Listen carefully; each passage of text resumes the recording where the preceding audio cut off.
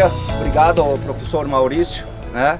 Eu queria primeiro, né, agradecer a Deus, né, apesar de a gente ter tido um ano com uma frustração devido ao estresse hídrico que nós tivemos, se bem que aqui nessa região aqui não foi tão forte, né, mas nós precisamos, a família e a profissão que nos une, né, e agradecer aos diretores, o professor Gustavo, o professor Juliano, professora Kátia, o professor Maurício, né, que estão conduzindo a área experimental. São coisas que é importante nós lembrarmos, porque olha só, o nosso projeto de aperfeiçoamento teórico-prático, que começa desde o primeiro semestre e nos ensina a vencer obstáculos, nos ensina a vencer dificuldades que nós temos. Hoje, ser agricultor ou ser colono está na moda, né? Porque hoje está muito rentável, né? Então é bom. Mas olha só que a expansão agrícola, ela exige que a gente trabalhe em mais do que um tipo de terreno. E isso nós precisamos conhecer todos os tipos de terreno. A gente precisa conhecer as dificuldades de cada região. E isso, quando nós falamos na parte prática, de estar ligado à parte prática, aprender na teoria e aplicar a prática, isso é importante. Porque plantar soja ou milho ou qualquer tipo de produto aqui no norte do estado ou no sul do estado é diferente. Muito mais diferente se nós formos para outra região do nosso país. Porque esse nosso país é um gigante, mas um gigante mesmo. E olha só, nós produzimos 1/4 do alimento do mundo. Significa que nós somos muito importantes para a produção de alimento, para as pessoas continuarem comendo. Agora, para isso, como a gente não consegue fazer com que a terra se multiplique, nós precisamos fazer com que se produza mais em menos quantidade de terra. E é para isso que nós estudamos, não é só para plantar e colher soja. É para a gente conseguir fazer que em um espaço menor a gente produza muito mais. E que a gente consiga também aprender a conviver com esses estresses hídricos que acontecem de tempos em tempos, né? E isso a Faculdade Ideal tem feito esse trabalho muito bem feito. E aí eu quero agradecer também, né? E a gente fica tão orgulhoso, falava com os coordenadores, com os professores, como é bom ver que em praticamente cada uma das barracas que as empresas trouxeram aqui, nós temos ex-alunos nossos e ex-alunos que estão liderando. E olha só, né? Eu só conversando com a professora Kátia e o professor Maurício, tem 3 ou 4 empresas que têm meia dúzia de vagas e não conseguem preencher as vagas. Então olha a oportunidade de trabalho que você tem, né? E ser responsável por isso, né? É tão bom, né? Saber que aquele trabalho de professor em sala de aula, professores, essa é a recompensa que a gente tem. O salário é uma coisa que é importante para o nosso dia a dia, mas para nós como seres humanos, isso que é importante, saber que esse trabalho que a gente faz aqui, ele gera oportunidade para os nossos alunos, gera oportunidade para vocês. Significa que as empresas estão buscando pessoas para trabalhar, e ver as pessoas tendo sucesso, isso tem uma gratificação imensa, né? Então, muito obrigado, eu espero que vocês aproveitem mesmo. Agradeço a presença das famílias que também estão aqui, das empresas, dos colégios que vieram conhecer o trabalho dos nossos alunos, né? E isso é importante. E é legal quando que nós conversamos, eu vi também o professor Ronaldo ali, que bom tê-lo aqui conosco, e ver que os nossos alunos fazem trabalho de profissionais formados, né? Porque é esse trabalho que a gente vê em cada um dos instantes, em cada uma das estações que tem aqui. Meu muito obrigado em nome do professor Gustavo, do professor Juliano, que dirigem as unidades tanto de Getúlio quanto Passo Fundo, e novamente a professora Kátia e o professor Maurício, tá bem? E sempre vocês são bem-vindos, não só agora que estão estudando para os nossos alunos, mas posterior também. Essa sempre vai ser a casa de vocês, tá bom? Obrigado e um bom dia a todos.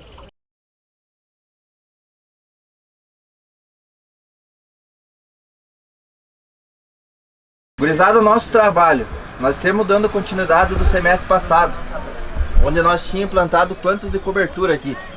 Naquele primeiro bloco, a gente tinha uma área em pousio, sem cobertura nenhuma. Aqui nós tinha o mix, aqui nós tinha aveia, ali nós tinha cevada e o trigo lá no final. E o nosso objetivo desse trabalho agora aqui era avaliar a questão de produtividade e o desenvolvimento de raiz dessa cultivar, da 95R40. O Dinilson vai falar um pouco sobre a questão de produtividade, de desenvolvimento de raiz e uma estimativa que vai ser dados que a gente vai conseguir coletar mais preciso depois na colheita. Então, bom dia a todos. Como o Felipe falou, agradecer a presença de todo mundo aí. Como eu também tinha comentado, o nosso trabalho é em cima de cobertura de solo. Todos acreditamos que tu ter uma cobertura de solo no inverno vai te favorecer muito para o desenvolvimento da cultura de verão. Então, no primeiro bloco lá nós tínhamos uma área em pousio, onde não foi feito manejo algum, ela ficou parada. O que veio nela foi plantas daninhas existentes do banco de semente da área. A segunda nós tínhamos mix, a terceira aveia, a quarta cevada e a quinta trigo. O que deu para observar já desde o início lá no inverno passado? A área de mix se comportou melhor em questão de infiltração. Ela teve uma infiltração bem superior comparado com as demais. Porém, a área de aveia ela produziu uma massa seca maior comparado com as demais. Agora na safra de verão nós optamos por escolher uma cultivar de alto teto produtivo para avaliar o que iria interferir nesse desenvolvimento da cultura. A princípio foi feita uma avaliação de volume de raízes. No volume de raiz nós obtivemos que a área de pousio ela teve um baixo desenvolvimento radicular. Ela ficou em média de 10 centímetros cúbicos por raiz. Nas outras áreas ela teve uma média entre 17,5 e 18,5 centímetros cúbicos de desenvolvimento de raiz, quase o dobro da área de pousio. Questão de rendimento. Rendimento foi feita uma avaliação prévia, ainda nós precisamos colher e tabular dado para ver o rendimento final. Mas olhando assim a cultura, fazendo uma prévia, a área de pousio ela está produzindo em torno de 40-45 sacos por hectare. Até foi aberto umas plantas ali, se vocês quiserem dar uma olhada depois, está à vontade. As outras áreas de mix, de aveia, de cevada e de trigo, ela está em torno de 75-82 sacos hectare. Para o ano, esse ano aqui choveu praticamente o que choveu aqui na região. Foi um ano bem atípico, então para o ano acredito que está tendo expressou um bom rendimento em questão de desenvolvimento a cultivar. Passar a palavra para o Tissó, que ele vai falar um pouco mais sobre a cultivar. Obrigado, então, rapidamente, o meu nome é Bernardo Tissot, eu sou representante da Pioneer e esse é um material 95R40 novo, primeiro ano praticamente que ele está a nível de lavoura com produtores, e o material tem respondido muito a principalmente os problemas climáticos que a gente teve. Ele superou adversidades e a gente está muito feliz com a R40. Deixa eu passar aqui para mostrar. Por ser indeterminado e de grupo de maturação bastante rápido, é um 5.3 aproximadamente, que ele vai fechar aí comparando com os outros materiais. Vocês conhecem o Zeus, está do lado aqui, ele é mais rápido. E olha o quanto que ele conseguiu crescer mesmo num ano bastante desfavorável. Vantagem dele que ele é indeterminado, começa a construir toda a sua parte produtiva muito cedo, e aí ele não tem tempo de se sombrear e de perder folha e perder os nós do bacheiro. Vocês podem olhar que apesar da planta ter se desenvolvido bastante, praticamente todos os nós produzindo e uma capacidade por nó muito alta, ou seja, provavelmente dos próximos materiais, material que tem uma capacidade produtiva aí muito grande, e a gente está apostando bastante. Forneceu para o pessoal, e aqui onde teve 7 toneladas de massa na aveia, provavelmente foi aonde mais auxiliou a cultivar, em função de que a perda de água deve ter sido menor que nos outros por ter mais massa e segurar. Então, muito importante o trabalho deles, muito importante plantio direto, trabalhar com palha. A gente tem um pouco de dificuldade na questão de semeadura, mas é o que a gente tem para poder sustentar nossos solos e para poder fazer com que a gente tenha um desenvolvimento de perfil e que os materiais consigam responder. Acho que era mais ou menos isso aí. Muito obrigado pela participação, pela atenção de vocês.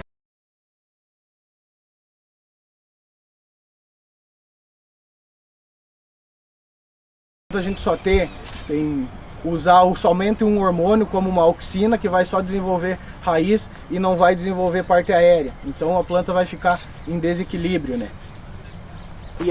E ali a gente tem o soja forte. Se vocês observar bem a pubescência, e para quem não sabe, a pubescência é o pelinho, como a gente fala, né? Que tem na soja. Os Zeus, a gente consegue ver uma intensidade nessa pubescência. Isso aqui acaba se intensificando agora na maturação, antes da colheita. Nós fizemos alguns trabalhos aí na área do nosso colega aqui do Vildo e dava para ver muito visual em questão de maturação. Onde não foi feito soja forte, a gente batia o olho e via, parecia aquela soja que pegou uma chuva a mais, uma palha mais marrom, mais cinza, sabe? E onde foi usado parecia que a planta, estava mais amarela, um amarelo mais ouro, vamos dizer assim. Eu não sei se vocês têm alguma dúvida, se querem dar uma passadinha nas parcelas, dar uma olhada. Então, mas pro lado de Cruz Alta a gente tem muita área de pivô. E o que está acontecendo? Dentro do pivô a soja ela está secando, normal. Fora do pivô ela não está secando. E o que está acontecendo aí? A planta estressou muito, correu muito estresse. E ela acabou diminuindo, abortando muita estrutura reprodutiva. E a folha, a fonte de energia, está sendo maior do que o dreno, do que as vagens. Então ela não vai secar, ela vai ter o hábito de soja louca, né? Então, por isso a gente trabalhar com esses produtos para dar o balanço hormonal e a planta se comportar de forma adequada e ter incremento de produtividade. Até a gente fez uma área no nosso colega no Vildo também, com os programas Soja Forte, e a gente conseguiu aí em torno de 4,1 sacas, foi mais ou menos isso, né? 4,1 sacas aí de incremento em produtividade. Ah, mas 4 sacos parece pouco, mas R$200 hoje é R$800 por hectare. O pessoal brinca que uma vagem mais ativa, principalmente, que tem aquela cachopinha em cima maior, né? É o que vai pagar a caminhoneta nova lá no final do ano, né? Pensando em áreas maiores, né? Aqui foi usado Cipres junto na capina, com 35 dias após a emergência. E na primeira aplicação original foi usado Alade e Bravonil. E na segunda original, Mitrum e Bravonil. E na terceira aplicação, Cipres e Bravonil. Já nesse aqui não foi feito o Cipres na capina, tendo só o Cipres na primeira aplicação original, Alade e Bravonil na segunda aplicação original e Mitrum e Bravonil na terceira aplicação original. Aqui ainda não foi feita a quarta aplicação. Aqui foi entrado com 60 dias após a emergência, após o fechamento de entrelinhas, foi colocado Cipres e após 15 dias Alade e Bravonil. E ali é a nossa testemunha, onde não foi aplicado nenhum tipo de fungicida. Apenas inseticidas foi aplicado em todas as parcelas. Aqui vocês podem notar que as folhas do bacheiro têm uma sanidade melhor, elas conseguiram segurar mais as folhas do bacheiro. Aqui já não segurou tanto. Aqui igualmente a essa também já não segurou muito. E a nossa testemunha, um porte menor. Aqui a nossa primeira planta, então, a gente tem 35 dias, a segunda planta 45 dias, essa terceira planta 60 dias e essa aqui é a nossa testemunha. Como o colega falou, a gente tem bastante massa naquela primeira e na nossa testemunha pode ver que tem bastante diferença. Era isso, pessoal.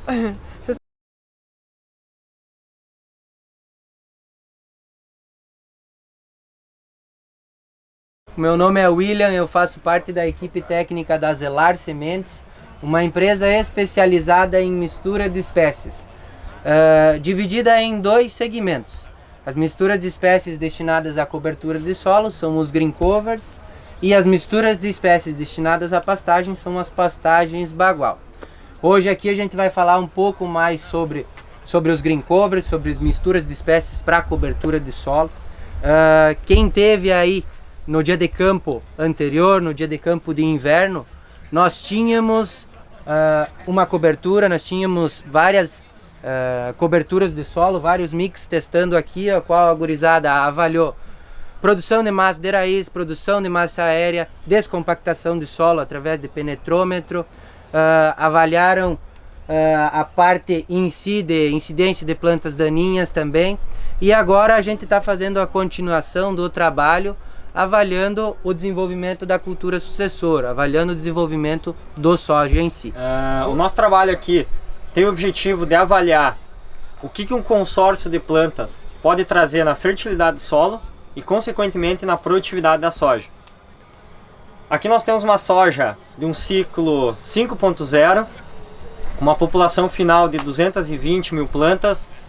Foi plantada no início de dezembro, essa soja.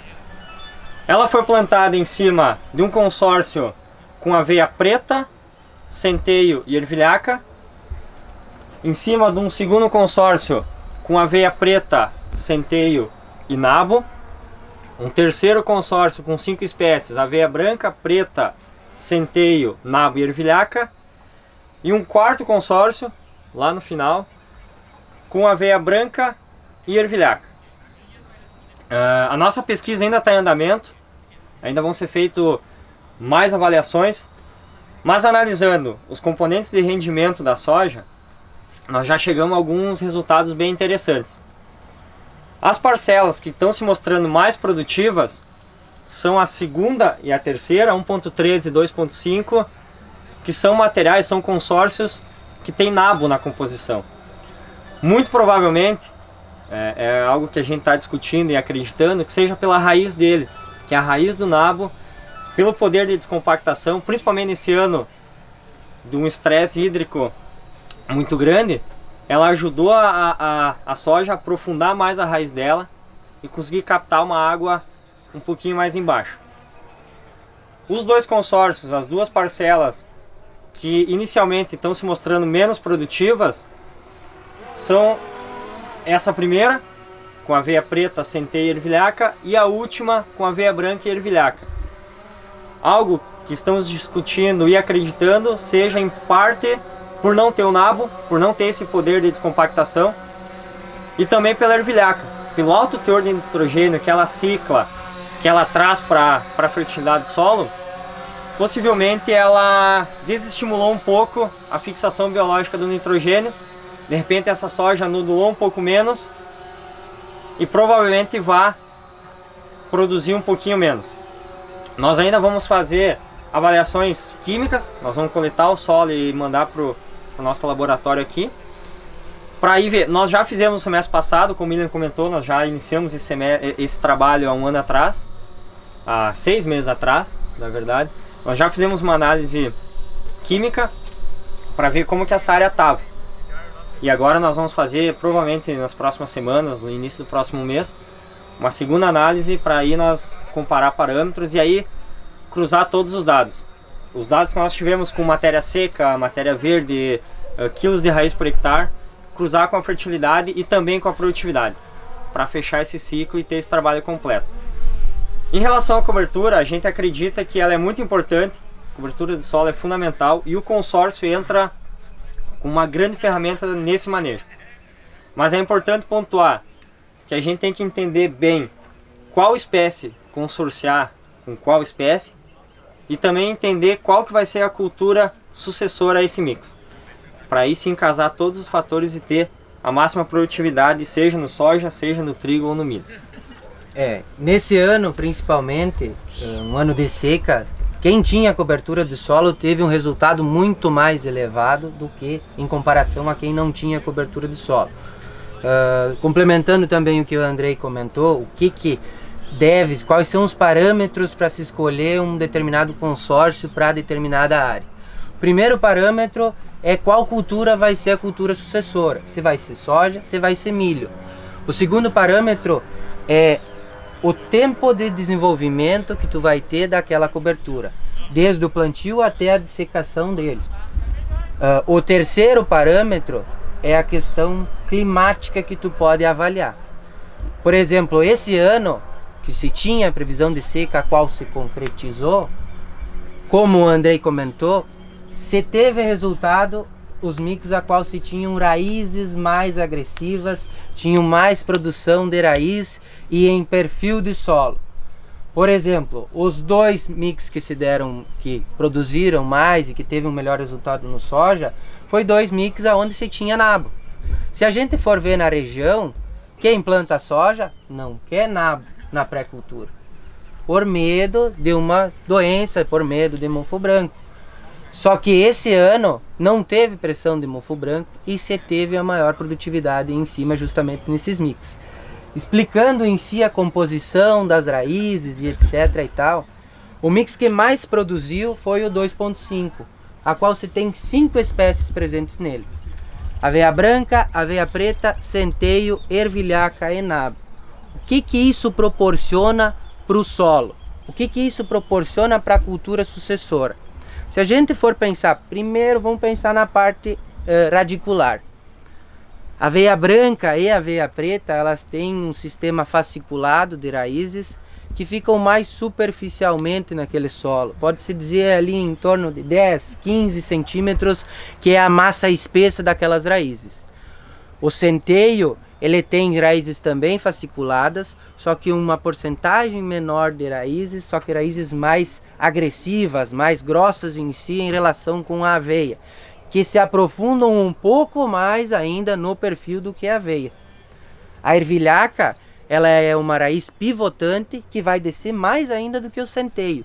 E o nabo é uma raiz extremamente agressiva, a qual vai ter o quê? Pode chegar até 2,5 metros conforme o solo e conforme a condição. Tem dados já dessa profundidade. Então aqui num consórcio com 5 espécies, tu tem todo aquele perfil de solo abrangido, desde lá de cima da camada bem superior até lá embaixo. O que isso proporciona? Uma grande reciclagem em si de nutrientes, desde cima até embaixo, e uma grande estruturação daquele solo. Pensando na parte superior, pensando na parte aérea, a decomposição daquela palhada, nós temos 5 espécies a qual vão se decompor gradativamente. A primeira que vai se decompor vai ser o que? A ervilhaca. Porque a relação carbono-nitrogênio dela é em torno de 9. Vai se decompor bem antecipado, seguido do nabo. Relação carbono-nitrogênio aproximadamente de 13. Seguido da aveia, as aveias que vão se decompor lá aproximadamente no florescimento, o enchimento de grão, ela começa o processo de decomposição dela, porque a relação carbono-nitrogênio dela é mais alta, em torno de 25. E o centeio, que é a outra cultura que tem ainda no mix, a relação carbono-nitrogênio ela é de 33. Então é comum a gente tá colhendo o soja, tá colhendo o milho e ainda ter palhado de centeio para se decompor. Então o que tudo isso proporciona? Variabilidade de raiz, tu abrange todo o solo. E variabilidade de palhada, tu tem uma decomposição gradativa daqueles nutrientes. Vai ter uma liberação daqueles nutrientes gradativamente para o soja, para o milho, sem esquecer da cobertura de solo proporcionada. O que em si as raízes e a cobertura proporcionam? Grande quantidade de raízes vai descompactar o solo, vai aumentar a infiltração de água no solo. Grande quantidade de palhada vai diminuir a evaporação da água daquele solo. Isso resulta no quê? Num melhor aproveitamento daquela água. Num ano como esse, se teve um baita de um resultado.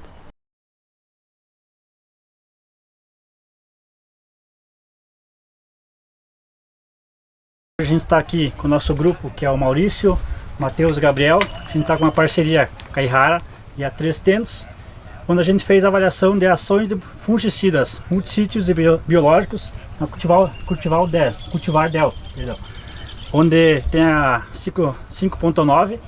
Então vou passar a palavra para vocês, para o Cristiano, vai explanar um pouco mais sobre. E é muito feliz ter a presença de vocês e hoje eu poder estar aqui, que eu fui aluno da Ideal, formado na Ideal Passo Fundo, hoje engenheiro agrônomo e há 9 meses na empresa 300. E um outro orgulho grande que eu tenho é de estar junto nessa abertura norte da 300 nessa região.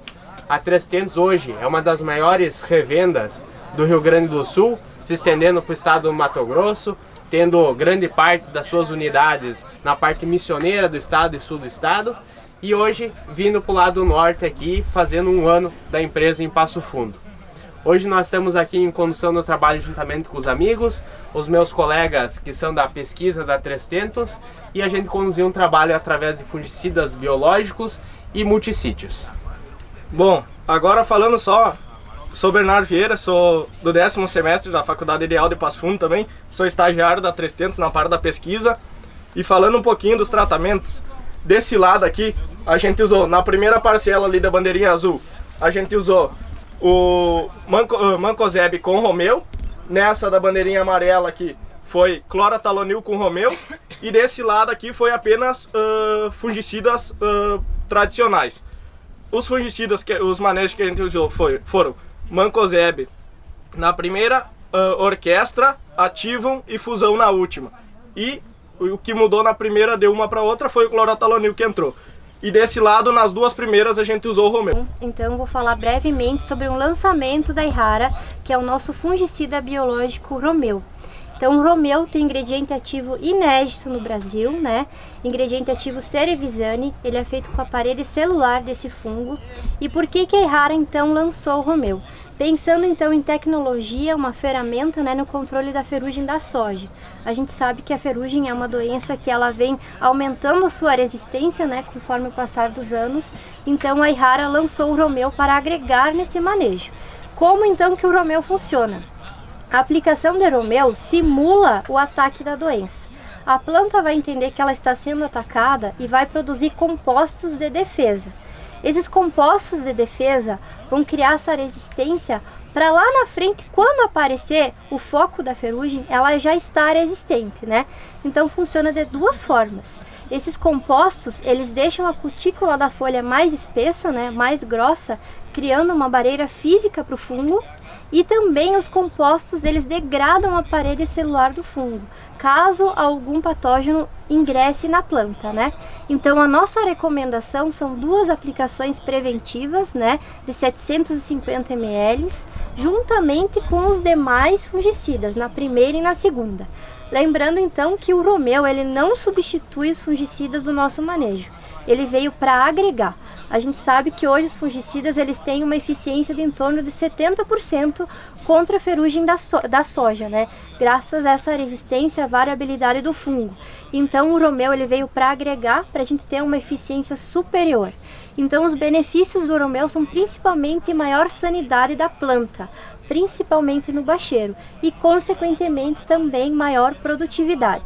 Além disso, o Romeu tem ações benéficas. A gente passou agora por uma estiagem, né, um ano atípico, então a gente tem percebido a campo que o Romeu, ele também deixa a planta resistente à falta de chuva, ataque de pragas, né? Então ele tem várias ações. Eu gostaria de agradecer a presença de vocês. A Aihara é uma grande parceira da 300 e qualquer dúvida a gente está aqui para conversar, trocar informações, tá, pessoal? Muito obrigada. Gostaria de enfatizar também que o mercado de biológicos, ele vem crescendo muito, né? Então a Aihara é uma empresa japonesa que até então sempre trabalhou com um portfólio de químicos e está investindo muito agora nesse portfólio de biológico, pensando em sustentabilidade e também mais uma ferramenta para a gente fazer uma rotação de ingredientes ativos, né? Visando essa resistência da ferrugem e o maior controle, né? Então, muito obrigada e a gente está à disposição. O senhor como produtor, a planta soja, o que o senhor espera no final? Lucratividade, dinheiro, né? Todo mundo quer dinheiro. Não, esse ano tá, né? Mas nós plantamos hoje, nossas commodities estão valendo aí 207, 204 reais, conforme vai a negociação tá subindo, né? O valor dos fungicidas, como é que tá? Tá caro. Tá caro. Nós fazemos o manejo químico da lavoura, o valor subiu, né? Então a gente não pode errar, né? Então nós temos a eficiência dos produtos químicos. A gente associando o produto biológico junto, a gente tá completo. A gente tem uma ação desses ingredientes ativos muito bem na planta. E nós temos um desenvolvimento melhor da planta. Nós tendo um desenvolvimento melhor da planta, maior sanidade, no final o que a gente vai ter? Uma produtividade maior, maior lucratividade. Que é o que nós agrônomos queremos para vocês e vocês também querem. Uma união nossa e de vocês que fazem um final feliz. Isso é a mensagem que eu quero deixar para vocês. A 300 está de portas abertas. Se quiser chegar uma hora, tomar um mate, um café, podem chegar. E o Romeu também, ele é exclusivo 300, né? Exclusivo 300. Isso, muito obrigado pela presença de todos.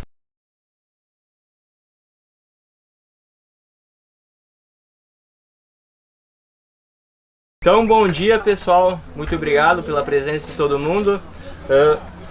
Nosso grupo dos ensaios aqui é formado por mim, Gustavo, o Elian, Flávio, Marcelo e quem está acompanhando vocês, o Luiz Eduardo, juntamente com a parceria da Quimifol, o Alessandro, que é o nosso representante. Temos aqui o ensaio os ensaios com a Cultivar Zeus. Fizemos aplicações de como. A primeira parcela lá na frente é a testemunha sem aplicação de como. A segunda parcela é como via raiz. Essa terceira aqui que está próxima a nós é como via sementes no TS e via foliar. E essa última é somente via foliar. Foi usado, a nossa dosagem de produto foi 200 ml no TS e 200 ml por hectare, né? Via foliar do produto Rai Nitro. Agora o Alessandro vai dar uma comentada um pouco mais sobre o Rai Nitro. A gente trabalha com uma linha bem completa de principalmente adubação foliar, e os guris me convidaram para fazer essa participação aqui então nesse trabalho deles, analisando o cobalto molibdênio na soja em aplicação em diferentes estágios, né? Então a literatura diz que a melhor aplicação do cobalto molibdênio é no tratamento de semente. Então a gente fez uma parcela com o tratamento de semente, fez parcelas com tratamento de semente e aplicação foliar, que é a nossa recomendação, e hoje a literatura também fala. Por que a gente faz aplicações, mais de uma aplicação, né? Porque o cobalto molibdênio, a quantidade que a gente coloca dele é muito pequena, né? Então o molibdênio, para vocês terem ideia, hoje a literatura fala para pôr de 24 a 40 gramas por hectare, né? Então na adubação de base a gente não consegue pôr isso. A gente coloca no tratamento de semente, faz uma boa distribuição, mas a gente não pode exagerar também na dose porque a gente pode intoxicar. Então a gente coloca 200 ml do nosso produto Rai Nitro, vai fornecer mais ou menos uns 14 gramas por hectare de molibdênio. Depois a gente faz mais uma aplicação aérea de mais 14 gramas, então fica aí seus 28 gramas por hectare, 28 a 30 gramas, que é o que seria o ideal para ter uma produtividade boa. A gente divide. Então aqui a ideia dos guris é mostrar isso, mostrar a diferença do sem nada, com uma aplicação, com duas aplicações ou com só aplicação foliar, que já vai dar alguma diferença, mas não vai ser o ideal, né? Por que a gente coloca o cobalto molibdênio? Alguém arrisca aí falar? Tá todo mundo na agronomia aí? Não? Não. Então assim, o cobalto molibdênio são dois nutrientes que mudaram bastante a produtividade nos últimos anos, não só aqui no Brasil, como no mundo todo, né? Foi percebido que colocando esses nutrientes, esses micronutrientes, melhorava muito a relação de fixação biológica do nitrogênio. Então vocês vão ouvir falar muito sobre fixação biológica do nitrogênio. A soja tem uma parceria muito boa com as bactérias, então cria os rizóbios, cria os nódulos na raiz, tendo de 30 a 50, 30 a 40 já é o suficiente para fornecer nitrogênio para a planta. Aí ela pega esse nitrogênio ali do ar, transforma, né, ele é aminoácido, transforma em proteína, que vai transformar em peso de grão lá na frente. Para vocês terem ideia, o milho ocupa muito menos nitrogênio que o soja, e o milho a gente complementa ele, né, com ureia e com nitrogênio. A soja a gente não faz isso, tem essa parceria. Então a gente tem como incentivar essa parceria, né? E uma dessas maneiras é colocando cobalto molibdênio. O cobalto vai fornecer a boia para essas bactérias, a leghemoglobina, e o molibdênio vai ajudar muito na questão da enzima, que é a nitrato redutase, que é uma das partes da quebra desse nitrogênio que chega na planta. Tanto o molibdênio como o manganês também, que é importante. O manganês, vocês vão ver no decorrer da faculdade aí que o glifosato acaba atrapalhando a entrada do manganês para dentro da planta, quando aplicado. Então a gente aplica manganês via foliar também para suprir essa necessidade, não travar a planta, né? Mas aqui no nosso caso, falando de cobalto e molibdênio, a principal parceria aí é com os rizóbios, então por isso que a gente acaba colocando esses dois micronutrientes, e eles mostram tanto, né, na produtividade. Quando aplicar eles? TS, né, tratamento de semente, V3, V4, a gente aproveita as janelas, né? Então V3, V4, quanto mais vegetativo melhor, e depois pode entrar mais uma aplicação antes do período reprodutivo, tem que ser no vegetativo. Porque no reprodutivo, quando larga as flores, a planta já entende que ela não precisa mais dessa parceria, então ela acaba cortando a alimentação, vamos dizer assim, para essas bactérias, e acaba finalizando o ciclo delas. Então não tem por que a gente colocar o cobalto e o molibdênio nessa questão. Além disso, né, o nosso produto, além de ter cobalto e molibdênio dentro, tem ainda citocinina, auxina e giberelina. São os hormônios precursores de crescimento, né? Então é 100 gramas de citocinina, 50 de auxina e 50 de giberelina. A gente tenta manter esse equilíbrio, que seria o equilíbrio ideal para a planta, para ela ter maior engalhamento, porque quanto mais raiz ela faz, mais citocinina, tá? Por isso que sempre de sequeira vai ser a soja campeã de produtividade, porque ela induz produção de raiz. E na pontinha dessas raízes é que é produzido a citocinina. E a citocinina é um hormônio que manda o recado para cima falando que pode engalhar, pode produzir folha, flor, fruto, né, no caso a vagem, que ela tem boia, que está comendo bem. Então, além disso tudo, tem essa questão hormonal também no nosso produto. Por isso que ele vai muito bem, tanto no TS quanto na aplicação aérea. Tá ok? Alguma dúvida, pessoal? Perguntas, por favor? Nada? Outra hora. Tá ok, então, muito obrigado pela participação de todos aí.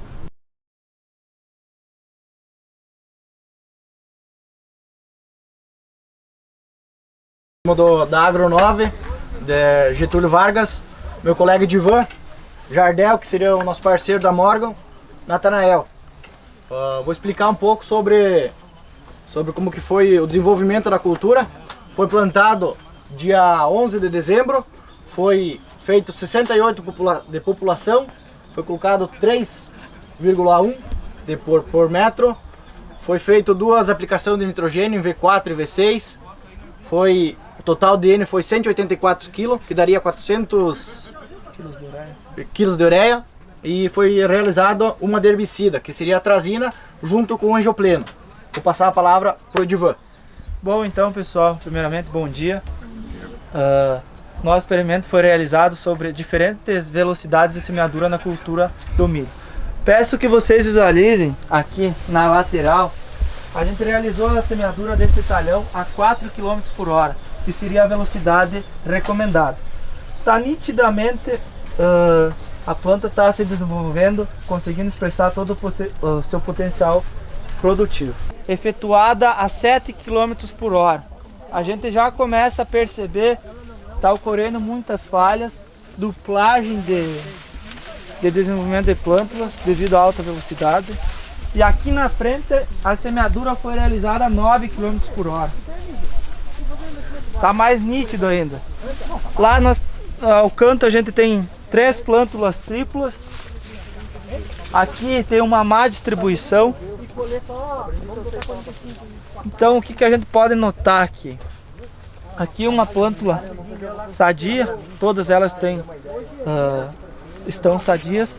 Só o desenvolvimento da parte aérea, do tamanho de plântula, espessura de colmo. Se a gente for analisar a espessura desse colmo, da parte aérea, a espessura do tamanho de espiga em relação a essa plântula aqui, é muito grande. Esse material que a gente usou, o milho, é um MG 618 da Morgan, que é destinado à produção de silagem.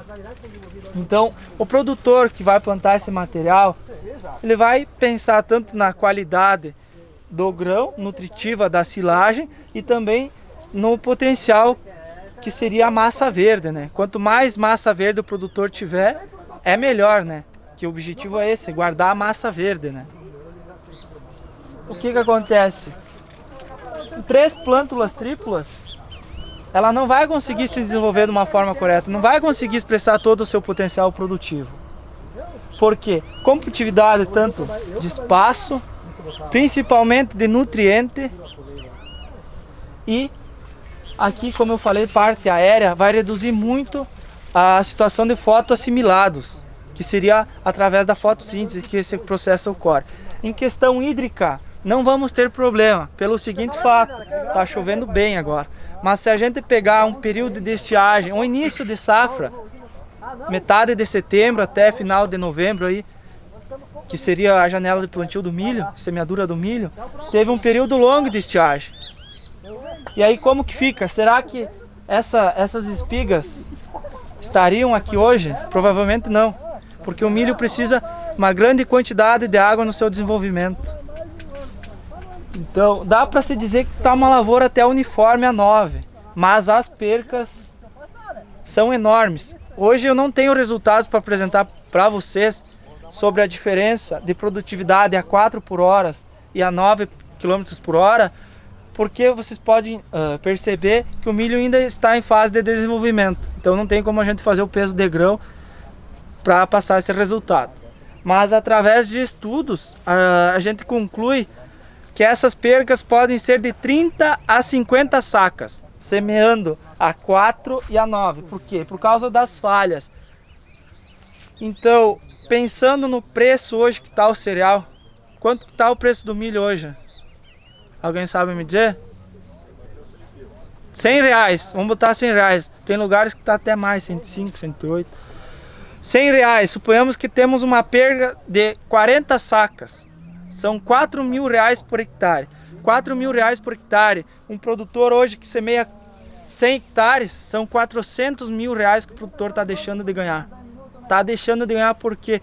Porque a semente que ele vai usar a 4 km por hora é a mesma que ele vai usar a 9. Os nutrientes que ele vai disponibilizar lá a 4 vai ser o mesmo. As aplicações vão ser as mesmas. Então, a questão de semeadura hoje é muito importante. Principalmente a velocidade. Sementes de milho da Morgan, faço a região de Erechim. Aqui no experimento nós usamos o material MG 618, material aí para silagem, safra e safrinha, né? Hoje, esse ano a Morgan conta, tá fazendo 10 anos no território brasileiro, né? A Morgan é de um grupo chinês. Também nós contamos com 3 tecnologias para insetos aéreos, lagarta, a PW, PWU e Viptra. Também contamos com 2 resistências a herbicida, que é o glufosinato de amônia e o glifosato, né? Então, devido ao nosso tempo, que é curto, mais ou menos seria isso.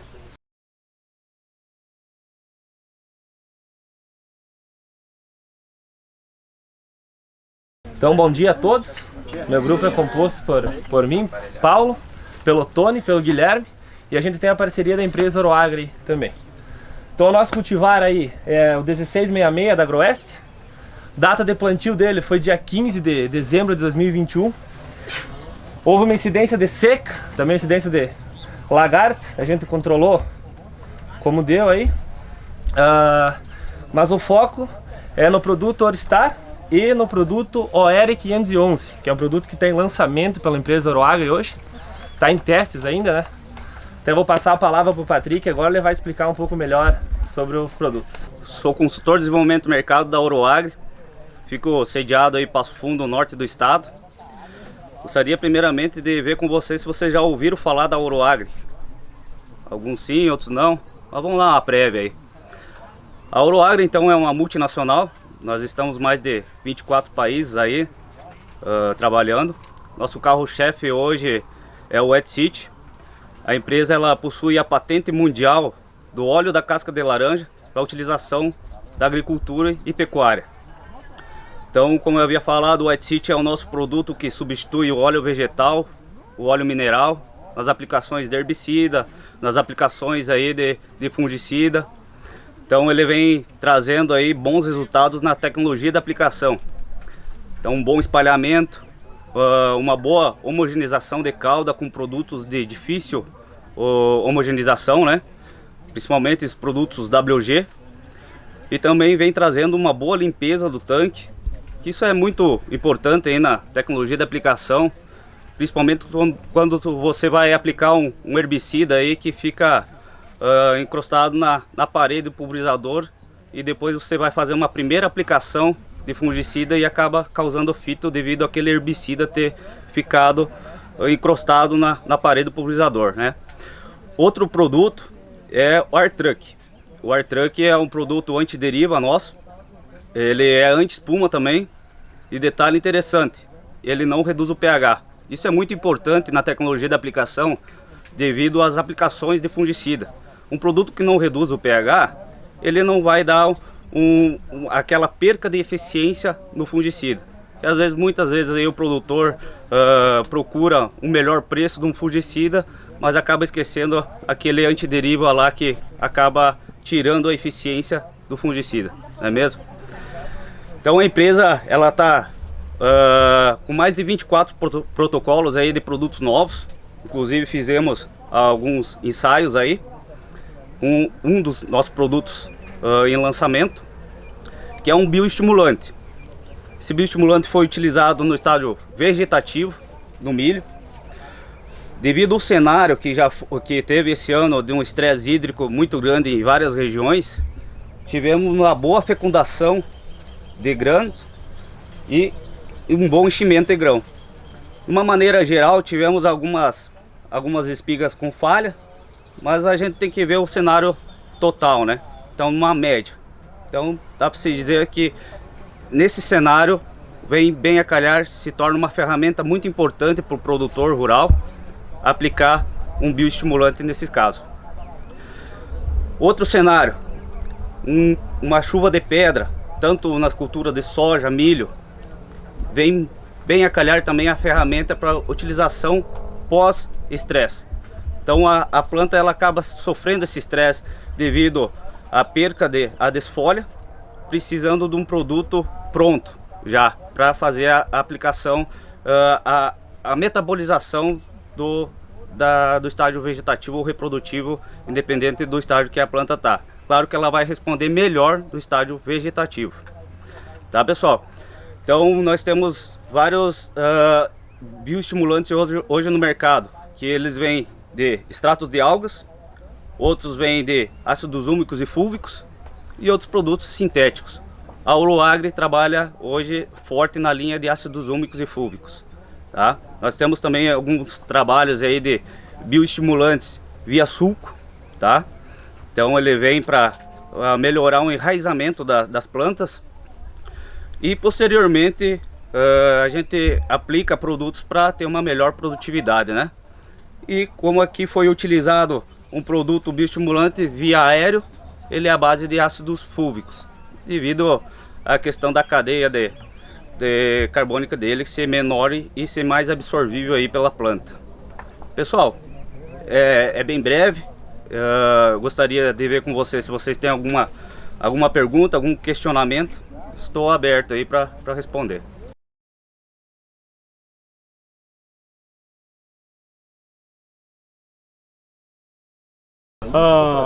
Bom dia a todos. Nosso grupo é composto por mim, Elias, pelo Diogo, pelo Pedro e pelo Matheus e o Paulo, que estão ajudando na organização. Nosso trabalho foi conduzido no cultivo de milho, em cima de coberturas de solo. Temos como parceria a Brevante Sementes aqui do nosso amigo Rogério. Prazer estar aqui com todo mundo aí, principalmente com o grupo do nono semestre, tá? Então a gente queria desejar agradecer a todo mundo. Então vamos falar um pouco do híbrido da Brevante, o B2620 PWU, né? A tecnologia Power Core Ultra, com tecnologia Liberty Link também, que é, além do glifosato, pode ser usado o glufosinato da amônia, que é o nome comercial e produtor, que é o Finale, tá? Que pode ser utilizado em cima ainda nessa tecnologia, que não vai ter problema nenhum, tá? É um milho muito tolerante na questão de cigarinha, de enfesamento, que é um dos principais problemas hoje dos milhos plantados de safrinha.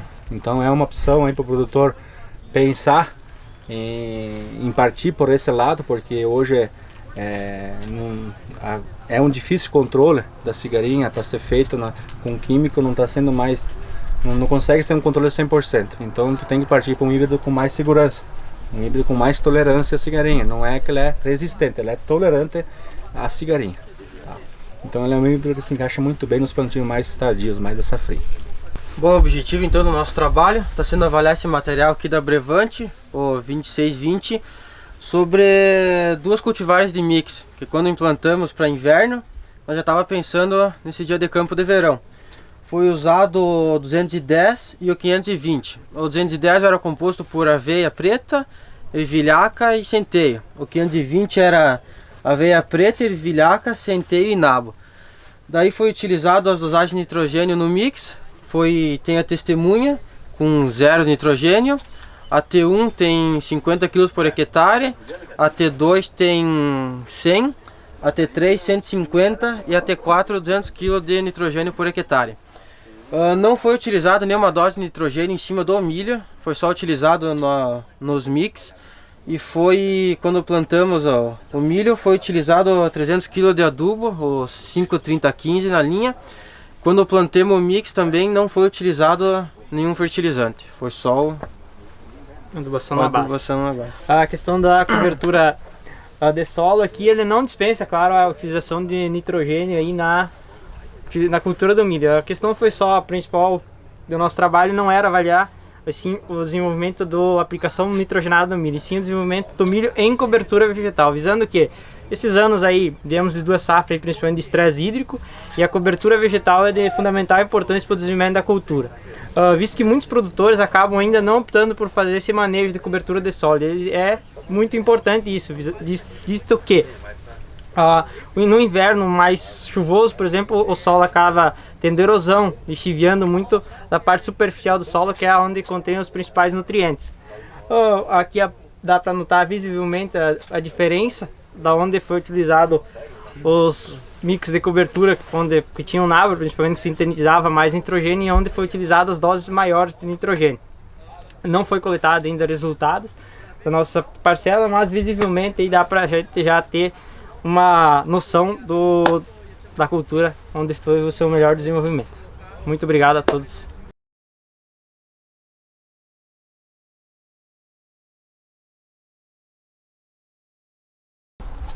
Bom, primeiramente eu quero agradecer a presença de todos.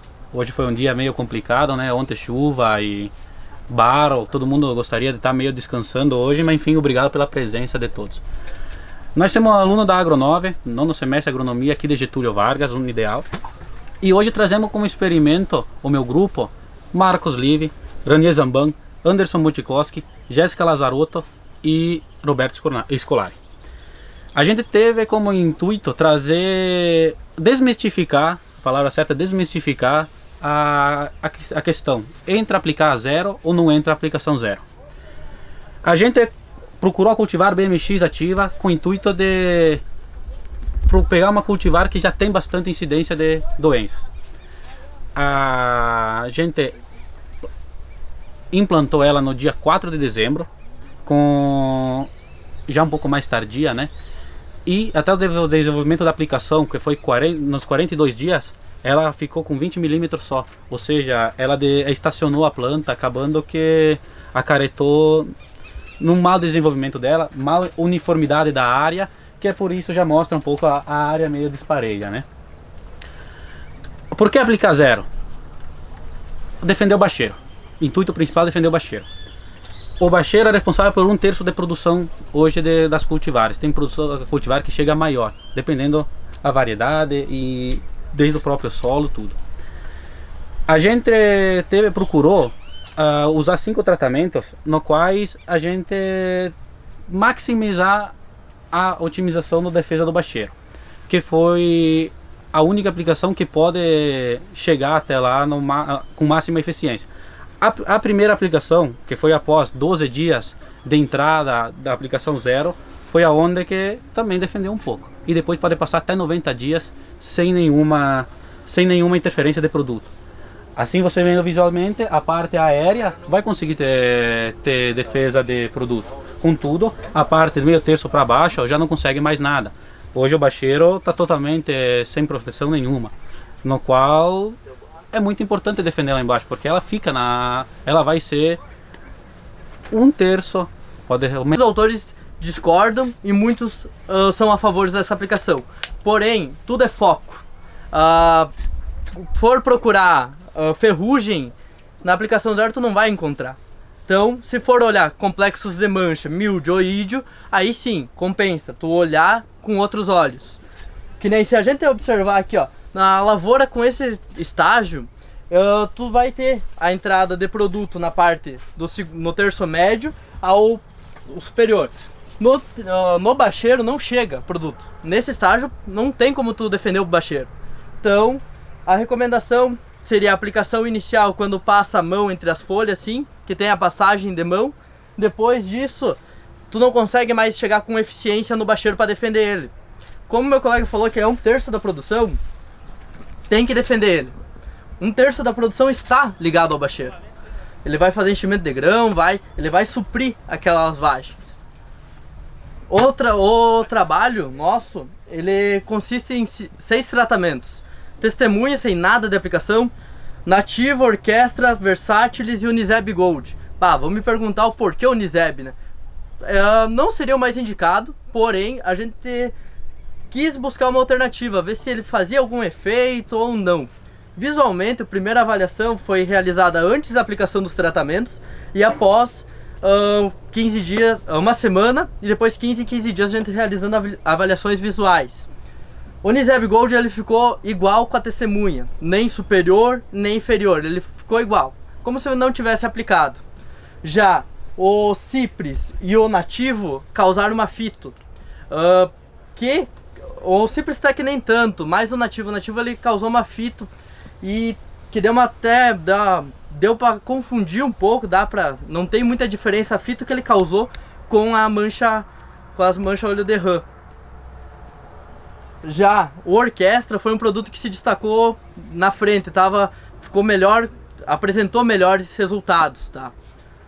Hoje, nas condições que nós estamos aqui, não conseguimos ainda entregar os resultados como produtividade, mas estamos abertos aí para futuramente entregar resultado de produtividade, questão de custo-benefício, se vale a pena fazer essa entrada, aplicação zero, ou não, só deixar na principal.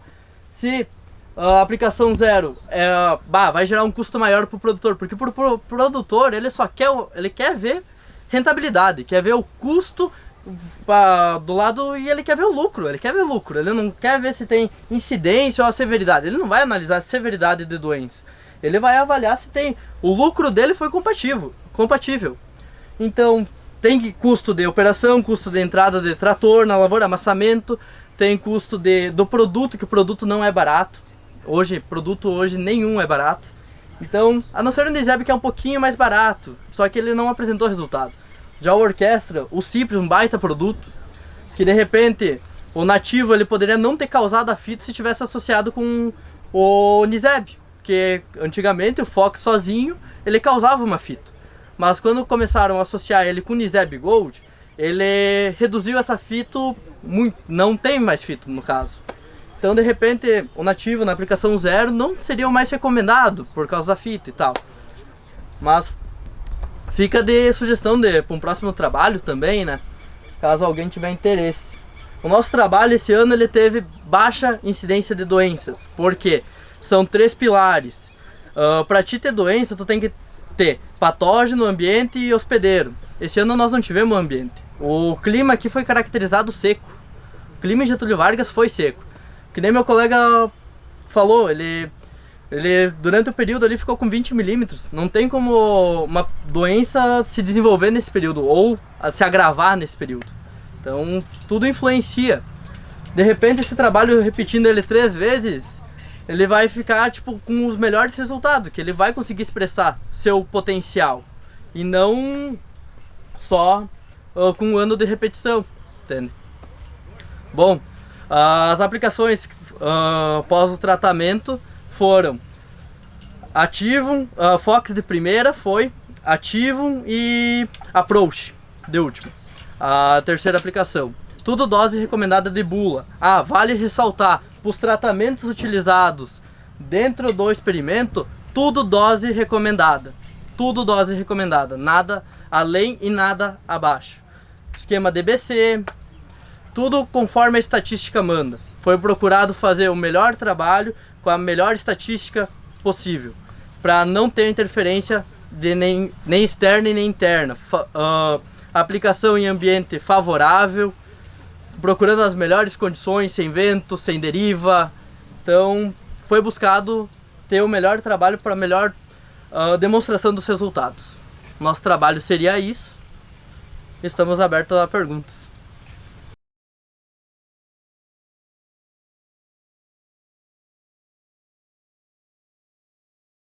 Bom dia a todos. Pessoal, o nosso trabalho então tem como tema hoje o manejo de fungicidas em diferentes cultivares de soja, né? O grupo é composto por mim, Thiago, pelo Christian, pelo Roberto, pela Ângela e a Milena, que estão na barraca da chegada. Vou passar para o Christian então, que ele vai conversar com vocês um pouquinho sobre as cultivares. Bom pessoal, vou falar um pouquinho sobre as cultivares que a gente implantou no nosso experimento então. Hoje são todas cultivares da Brasmax, cultivares aí que já estão a nível produtor e cultivares aí que vão ir para o mercado a nível produtor 2023, como o Torque, que é uma cultivar nova no mercado. Bom pessoal, falando um pouquinho então sobre Trovão. Trovão, quem conhece raio hoje, vai vir na mesma linha de raio, soja aí com ciclo 5.2, cultivar determinada, alto teto produtivo, cultivar aí com 182 gramas, PMS de 182 gramas, cultivar com facilidade de engalhamento, então tem que trabalhar com um pouco menos de população aí por metro linear. Falando um pouquinho então sobre torque e dando uma ênfase maior também que a Trovão, ela já tem instalada a nova plataforma da Bayer aí, que é o Intacta 2 Extend. A plataforma é essa aí que foi inserida mais 2 genes mais 2 proteínas aí para fazer um aspecto de controle das lagartas. Agora são 6 lagartas que vai estar protegida. E também aí ao herbicida de campo aí fazer uma aplicação em pós-emergência, que são aí as auxinas sintéticas. Pessoal, falando um pouquinho sobre o torque então. Torque é um cultivar, como eu comentei, vai ser lançado em 2023. Cultivar aí com alto teto produtivo, ciclo 5.7, indeterminada, uma ótima cultivar. Cultivar aí que tem uma resistência maior a nematóides de cisto, podridão fitóftora aí, tipo 1. Cultivar que tem que dar uma ênfase maior também em bacheiro, que ela é uma planta que tem um maior número de vagens no bacheiro, na parte inferior então e no terço médio. Tem que se fazer um manejo adequado desde o início. E também uma tecnologia que está com a plataforma da Bayer aí, a Intacta 2 Extend. Passando para cá, pessoal, então Zeus. Zeus é um cultivar que todo mundo conhece. Esse ano aí teve um grande plantio de Zeus. Zeus é um alto teto produtivo, cultivar com entrenó curto, se botar ela com pouca população, tem um alto potencial de engalhamento também, alta produtividade, PMS de 209 gramas, então é um baita PMS muito bom e uma cultivar aí que vem se destacando. Finalizando então com o Cromo. Cromo, como já diz o nome então, Cromo TF é uma cultivar aí com uma tolerância à ferrugem. A ferrugem consegue se instalar na planta, mas ela não consegue se alastrar na planta. A planta faz um controle por si só. Uma planta aí com uma cultivar com uma boa arquitetura de planta, o entrenó curto também, é uma cultivar mais estável, então ela vai te dar um bom teto produtivo num ano bom, que correr tudo ok, e se for um ano mau, também ela vai te dar uma estabilidade, ela dá uma confiança maior ao produtor. Bom, pessoal, falando também, dar uma ênfase maior na questão aí de fazer o escalonamento de plantio. Esse ano teve bastante soja aí que foi plantado bem no início aí, acabou sofrendo com a estiagem. Então, as 4 cultivares que a gente tem no campo hoje, pode-se fazer esse manejo de escalonamento de plantio, podendo abrir semeadura com Trovão, fazer um intermediário com Torque e Zeus e fazer fechamento com Cromo, sendo ela uma variedade aí que consegue ter um período de semeadura um pouco mais alongado. Eu vou passar a palavra para o Thiago, ele vai falar um pouquinho sobre a questão de fungicida do nosso experimento. Pessoal, falando então um pouquinho sobre fungicida, a empresa que está conosco aí nos dando suporte, então a empresa Bayer, foram utilizados produtos Bayer, né? Pessoal, primeiramente faço uma pergunta para vocês, se vocês notam alguma diferença entre essas plantas. Estamos no final do dia de campo aí, mas ainda tem alguma coisa de diferença. Pessoal, analisem aqui, ó, o bacheiro da planta. Essa é a nossa testemunha, e essa aqui onde foram feitos todos os tratamentos, né? Analisem que na testemunha aproximadamente 20 centímetros já não tem mais bacheiro, né? E onde foi feito os tratamentos de acordo, ela ainda está com o bacheiro completamente. Certo, pessoal? Ainda mais nesse ano, que é um ano atípico, né? Um ano aí que não teve tanta intensidade de doenças, um ano mais tranquilo em relação a doenças. Ainda pode se notar diferença, né? Na questão de manejo, na questão de bacheiro aí, plantas onde não foram aplicados praticamente nenhum fungicida. Se a gente olhar de cima, né? Aqui nas nossas parcelas não tem diferença alguma em parte aérea, mas sim quando a gente arranca as plantas aí e mostra lado a lado, a gente vê a diferença, a importância que tem da gente estar fazendo as aplicações, né? Principalmente nesse período aqui do bacheiro, né? Hoje, mais ou menos, né, pessoal, a média aí que a gente está trabalhando é de 33 e 33% da produção se dá em cada etapa, né? A parte inferior da planta, né? Aqui na metade, onde é o terço médio, né? E o terço superior. Então, claro, é de suma importância sim, a gente está trabalhando aí, pensando em controlar bacheiro. Hoje o nosso tratamento, os nossos tratamentos aqui no campo aqui foram realizados V0, né? Hoje ele não entra como um tratamento, mas sim como um complemento, né? Pensando aí, o V0 vai entrar, é uma aplicação que vai entrar aí próximo aos 30 dias pós-emergência, né? A planta vai estar ali em V4, logo após então foi, no V0, perdão, foi utilizado o nativo, né? Logo após aí 15 dias, fechamento de rua, né? Mais 15 dias após o V0, foi utilizado então Fox X Pro, né? Que hoje é um amplo aspecto, combate um amplo aspecto de doenças, né? Por ser o quê? Ser uma mistura tripla, né? Então acredito que todos vocês aí, ou grande maioria, né? Já aplicou o Fox comum, né? Ele é conhecido por todos. Hoje o Fox X Pro, ele entrega uma molécula a mais, né? Uma carboxamida a mais, né? Então, ele é uma mistura tripla. Então ele vem no mercado aí para trazer bem mais resultados, né? Dando sequência então, logo após foi realizado mais uma aplicação de Fox X Pro, né? Sendo 2 aplicações. Hoje, se o pessoal conseguir fazer um manejo, né? Com um intervalo de no máximo 15 dias, aí a Bayer ano passado aí conseguiu registro para controle de mofo branco. Então tem trabalhos aí, estudos que demonstram aí que até 35% de controle de mofo branco o Fox X Pro tem, né? Então a gente pede, né, não recomendado esse produto apenas para o mofo branco, né? Mas sim em áreas que tem bastante problema com mofo branco, que o pessoal vem utilizando aí produtos específicos para mofo branco, né? Pensando mais no fechamento aqui, no fechamento de fungicidas, a gente utilizou o Sfermax, né? Pensando da parte superior, né? Da soja, a gente utilizou o Sfer, 2 aplicações na sequencial, a cada 15 dias também.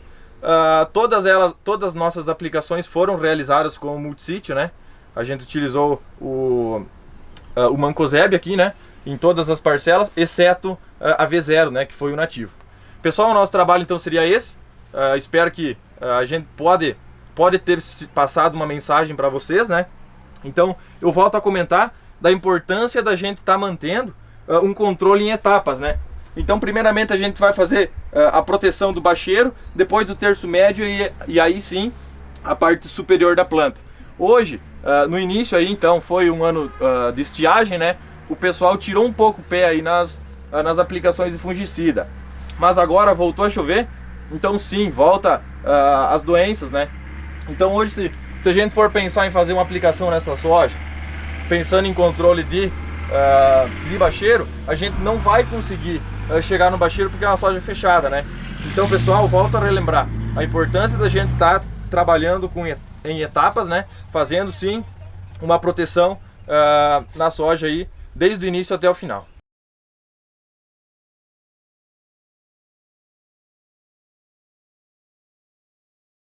Sobre as cultivares da Dom Mário, o Lucas vai estar apresentando um pouco mais depois sobre especificamente cada uma.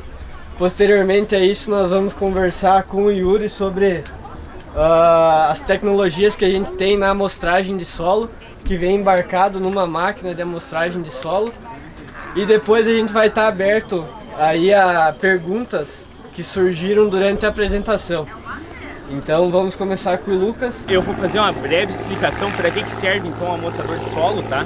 Esse aqui então ele é um kit, é o que se tem de melhor no mercado, então. Ele é um quadriciclo da Honda, um Fulltrax 4x4. O kit dele então é um kit da Falker. O GPS dele é um GPS de última geração também, tá? Para que serve então o amostrador de solo? É muito comum a gente ver na nossa região, ou enfim, qualquer outra região, o produtor fala o seguinte: aqui nessa coxilha produziu 80 sacos por hectare, naquela coxilha, na alta coxilha, produz 50, tá? Então o que é isso? É deficiência de alguma coisa de adubação de base. E quando tu vai espalhar, antigamente ia se espalhar um adubo, tu se espalhava tantos quilos padrão na lavoura, tá? E assim continuava essa área aqui sendo melhor do que aquela. Se bem que essa aqui podia colocar menos adubo e concentrar mais naquela para a gente ter uma área homogênea, uma área padrão. Por isso que entrou os amostradores de solo. Então, esse amostrador aqui, ele faz o que? Eu vou lá, eu mapeio toda a área, eu gero um mapa, então, tá, de fertilidade, eu faço coletas nessa área aí, vamos dizer, 9 coletas por hectare, eu gero um mapa, eu pego, interpreto esse mapa e digo para o meu produtor o que ele precisa de quantidade de adubo para pôr nessa área, tá? E assim, com hoje o sistema de taxa variável, a gente consegue então fazer um mapeamento aqui dentro, exportar do meu GPS para um pendrive e depois importar do pendrive para, vamos dar um exemplo, um topper de 4500 GPS aí, 2 espalhador, e tu consegue espalhar então o adubo aí mais ou menos, vamos dizer assim, exatamente na necessidade do teu solo, tá ok?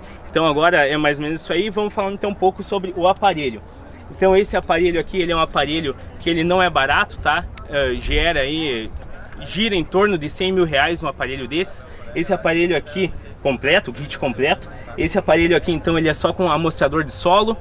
Existem outras empresas que eles preferem botar o amostrador e o medidor de compactação do solo do outro lado, como tem um quadriciclo ali. Eu acabei optando e pensando no operador, tá? Por isso que o meu quadriciclo ele já vem com o toldo. Imagina um amostrador aí a 40 graus, embaixo do sol quente, no meio de uma lavoura, só com chapéu, então fica um pouco difícil de trabalhar, né? E para um pouco mais de comodidade, a gente decidiu gastar um pouco nos nossos amostradores e botar já com o toldo. Esse aparelho aqui eu vou ligar ele agora para vocês verem mais ou menos como ele funciona. Ele é todo o comando hidráulico, então tu tem que ligar o quadriciclo para depois ligar o amostrador. Se vocês quiserem chegar mais próximo aí, para quem não conhece então como funciona um quadriciclo, esse quadriciclo é muito fácil de capotar também, tá? Por mais que tem 4 rodas, ele acaba pesando só para um lado. E se tu coloca os dois, o aparelho de medir a compactação do solo desse lado aqui, ele fica muito pesado e também fica um pouco perigoso, tá? Então para isso eu tive que pedir para erguer em um lado e acabar reduzindo algumas voltas da mola do outro para ele ficar parelho no solo.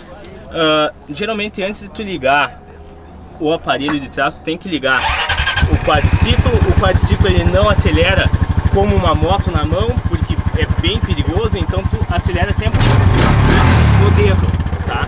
Porque se caso acontecer de tu realmente cair ou resbalar, tu já tira a mão, né?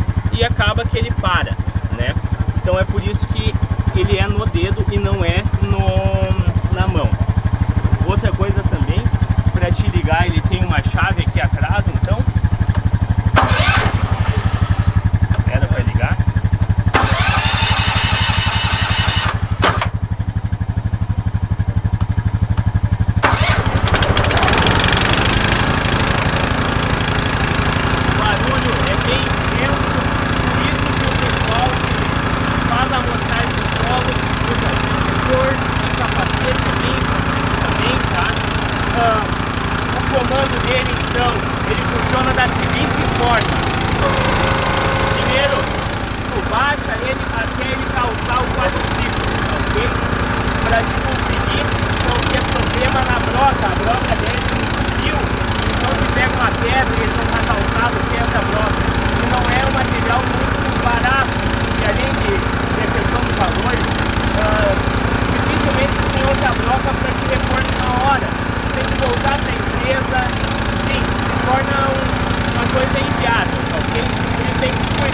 Depois pega, liga a próxima.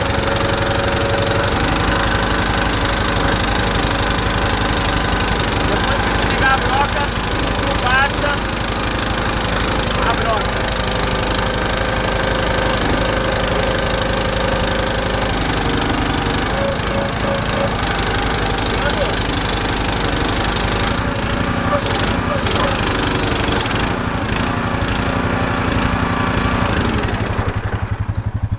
Quando tu baixa a broca e tu levanta a broca, o que que faz? Levanta o solo, tu consegue regular aqui a profundidade que tu quer fazer as coletas, tá?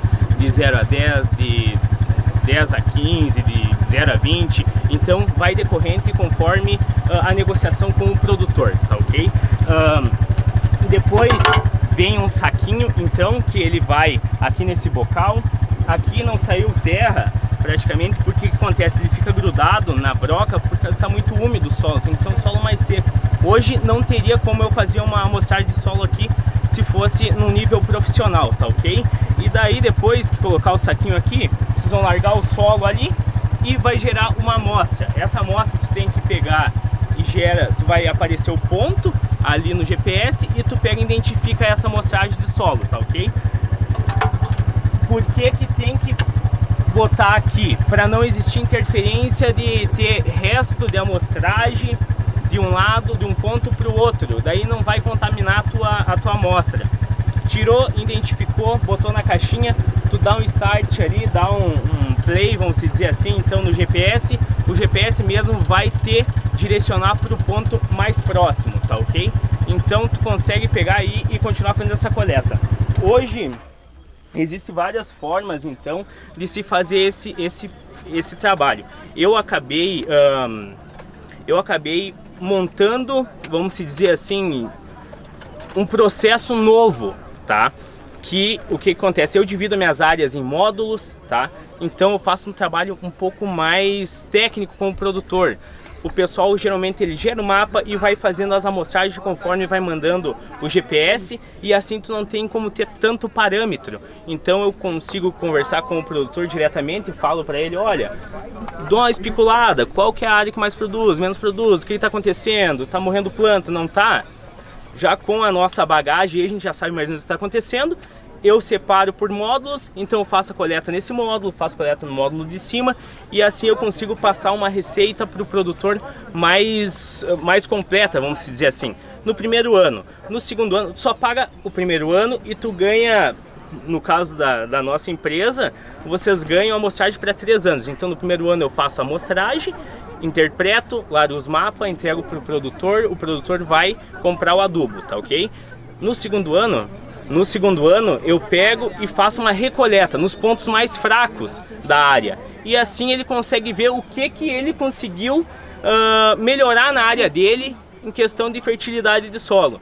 No terceiro ano eu faço novamente uma amostragem e consigo sobrepor novamente os mapas, e assim nós deixamos a área dele padrão. Se não tá padrão, renova novamente no quarto ano. Se tá padrão, os tetos lá em cima e tal, da adubação, geralmente no quarto ano tu não repete, tá, a adubação, porque senão talvez o teu solo vai ficar um pouco salínico, vai baixar igual a produção. Então tem que existir, tem que ser um homogêneo, vamos dizer assim, tá?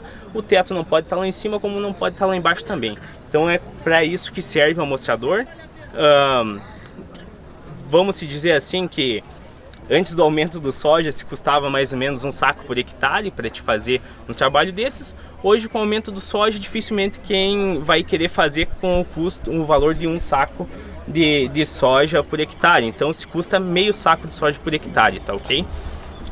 Eu acho que o tempo já está acabando, mas a gente já poderia falar aí bastante coisas a mais, como por exemplo as próprias cooperativas hoje, os produtores grandes exigem, a cooperativa exige dos produtores mais técnicos aí, fazer a análise de solo, tá ok? E eles também acabam proporcionando, por exemplo, eu tenho contrato com a Cotijal, eu faço coleta para a Cotijal, tenho contrato com a empresa tal, faço, né, coleta para eles, então eles acabam terceirizando esse trabalho, e o trabalho todo técnico eles cuidam. Se eu faço para um produtor que eu atendo, eu faço todo o processo, tá ok, pessoal? Então é uma área bem interessante de se trabalhar, é um mercado que ainda, vamos dizer assim, existe uma certa resistência, mas é interessante vocês começarem já a pensar em fertilidade de solo, que vai ser aí o futuro, vamos dizer assim, tá ok? Muito obrigado pela atenção de todos. Então, se tiverem qualquer dúvida, podem me procurar aí que a gente